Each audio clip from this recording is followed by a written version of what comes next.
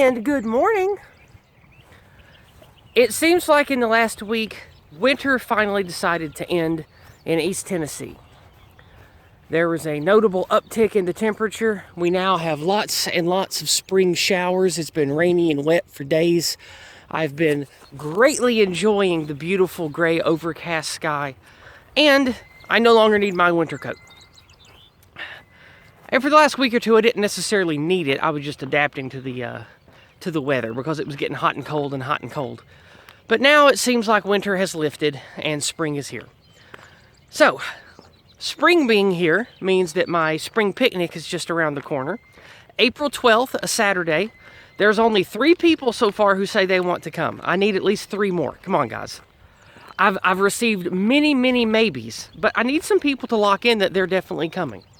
So, if you want, it is just off of Interstate 81 in eastern Tennessee. I'll be making lots of food, of course. My bacon wrap pork chops people love. It'll be an all-day event from around 9:30 or 10 a.m. till, 5 or 6 p.m., or maybe even later if people are enjoying socializing. It's just an all-day get-together at a wonderful lakeside park in East Tennessee. I rent a nice pavilion, so there's a roof over our heads and plenty of nice places to sit and hang out, even if it rains. Which, who knows if it's going to rain or not. It's always 50-50. So, with that being said, reach out to me, email me, send me a PM somewhere on my social media, put a comment on this web zone if you would like me to get in touch with you about this. So, it's April 12th, that's a few weeks away. Let me know. Of course, it costs you nothing. It's publicly funded by people who support me. So, all you have to do is get yourself there. I don't charge you anything for it. All right, so what are we going to talk about today? Well, there's been an onslaught of things happening by the Trump administration and an onslaught of pushback and rigging and all kinds of mess. I have to keep up with it for work, so I have to follow the slop trough and see just exactly what garbage is happening and what the vultures in the media are talking about. And it all shows me one thing, that people in the establishment get very upset when anyone tries to change the establishment in accordance to the will of the people, right? And if the last 5 years hasn't convinced you just how fake and retarded will of the people and democracy shit is, I don't know what can. I really don't know. I can't help you.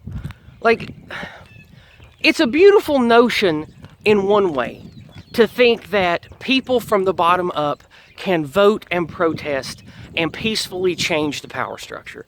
Isn't that a beautiful notion? I used to think so. I think it's childish nonsense now.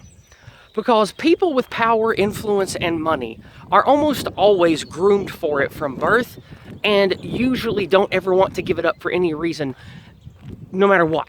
So, we have seen this in the United States bureaucracy. We see this in every bureaucracy today. We see the concepts of elite theory that I've studied, like the Pareto distribution. You've got the high, middle, low. You've got the high, low in the middle versus the middle. You've got all of these things that for the last 300 years that elite theory guys wrote about. All of this stuff is true that we can see going on in our cultures, whether you live in Italy or Germany or the United States or Britain or whatever. It is very obvious that regular people have basically no power and no say in steering the ship. And it is a lie of liberalism. I mean classic liberalism too, not just the paused, retarded kind that isn't really liberalism. But even in classic liberalism, this concept that people and the goodwill of man through organization can achieve things together in a plebeian way or from the bottom up to affect change, I think it's always been based on wishful thinking and not in touch with reality. Because even the French Revolution, you go back and you read about that. Well, there were rich people that wanted change, backing, supporting, connecting the people of the revolution. So, again, just like America has done dozens of times with funding color revolutions and rebels and using U.S. aids, we now know, to spend bazillions of dollars funding in other countries and our own country, anti-white poison or anti-other country poison in those countries. I just don't believe in democracy and the will of the people. Like, it's not that I don't think such a thing would be nice, but I just don't think it has ever been, and I don't think it can ever be. I just don't think so. And so where does that leave me as someone who is at least somewhat a believer in this, the government should be small and leave me alone, right? Like, I don't like to give myself any labels anymore because they're all paused and stupid. But I don't like massive bureaucracies with a lot of overreach. I just don't. I don't think that they function. I don't think that a bunch of people who don't know anything about you from 1,000 miles away know what's best to teach your kids, know what's best to put in your water, know what's best to regulate your food production or whatever. I see all of that as never being able to function well and never being good for us. So where do I draw the line?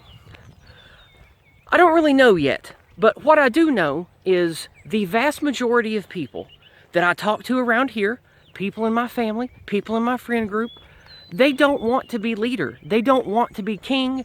They don't want to be master of their own destiny. They want to work.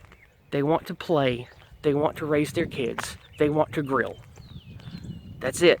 Most people want to be led and do not want to be master of their own fate. And so, if that's the case, the world over, or at least in the white race, that means leadership and governance is a seller's market. Someone is going to give you governance. You'll be governed whether you like it or not, basically. Someone will step up to fill that void. And I don't necessarily think that's a bad thing. Like, when you look at history, there's always been leaders of men who want to use their might, their intelligence, their money to organize and create a structure in which other people lesser than them on the hierarchy live. That's just normal human structure right there. I don't think that we're going to change that. I don't think any amount of wishful thinking liberalism or psycho-Marxist communism, I don't think anything like that will change the nature of man. And I think that's what we need to understand when talking about how we should organize ourselves as plebs, as regular people. What can we actually do? We can let our voices be heard to people with more money and influence than we have. We can use pressure and mental and emotional manipulation tactics on the media, like we have done many, many times in the white well-being community, to get the words and images changed in local and national news when it's blatantly anti-white. That is something that plebs can do. What plebs cannot do is stage a political revolution of power. That is a fantasy that I think will never happen. And if it looks like it's happening, it means some already extant, already connected power block is funding and organizing that rabble. That's how it's always been, with everyone you can read about in history. So what should we do? I think what we should do is we should talk loudly and boldly about the things that piss us off and about the ugliness and corruption that we are sick of. Talk about it loud and proud wherever you are. Talk about it, I mean, not to like destroy your family, that's not what I'm talking about. But like, if you want to be engaged at all in local PTA meetings for schools, going to church groups, going to local political rallies, be open and vocal about how you hate anti-whiteism, you hate government corruption, you hate all these cronies that hate the heritage Americans who are supposed to have a good life here. You hate how these people have been purposefully stealing from us, destroying us, and poisoning our children's minds for decades. Speak that loudly, beat that drum. Because then, the more of us that do that, like I said, leadership and governance is a seller's market.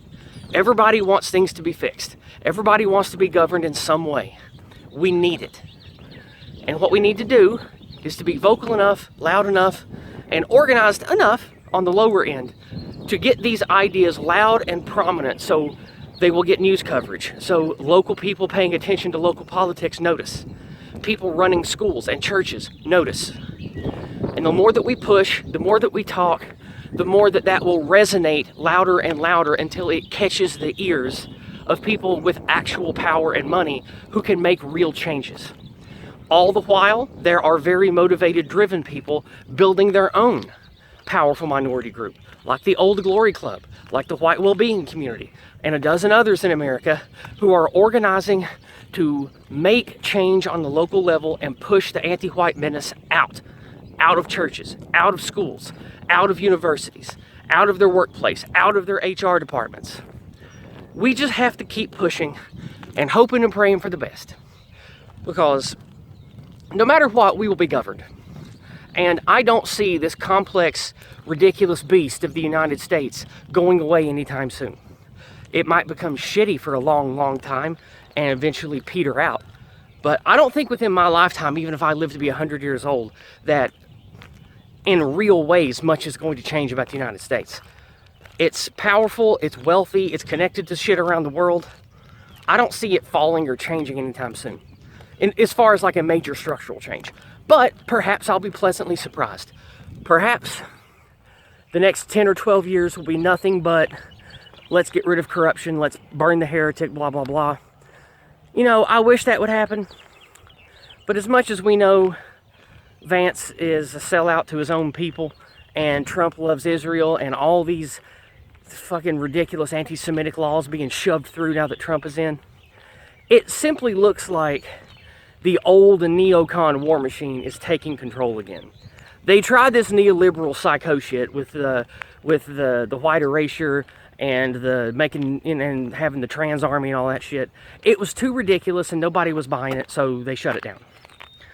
And it very much just looks like to me the Zionist neocon war machine people are back in control now. And Trump and Vance and all them are getting to do what they want to do because they're not touching the people who actually have power and who actually matter. They're clearing out the functionaries of the previous mask of this machine. And I think that everyone that has actual power is okay with that, with them clearing them out. So time will tell to see if I'm right or not, but I don't view Trump as a savior. What I do think is with all the chaos and with the changing of the mask, so to speak, of the actual power structure, it does allow us a lot more breathing room to get things done on a local level and to hopefully enact some changes and get people that are actually based and on our side into some offices and into some positions that are not elected offices, which many groups are working on, like the aforementioned ones I talked about. So that's sort of my take on what's going on with Trump and where I see things now that we're about 3 months into it. So I hope you guys enjoyed my chat, and we'll be back this Thursday evening. Since Chris is back from vacation, we'll have you an Empire of Lies. So we'll see you Thursday night, everybody. God bless.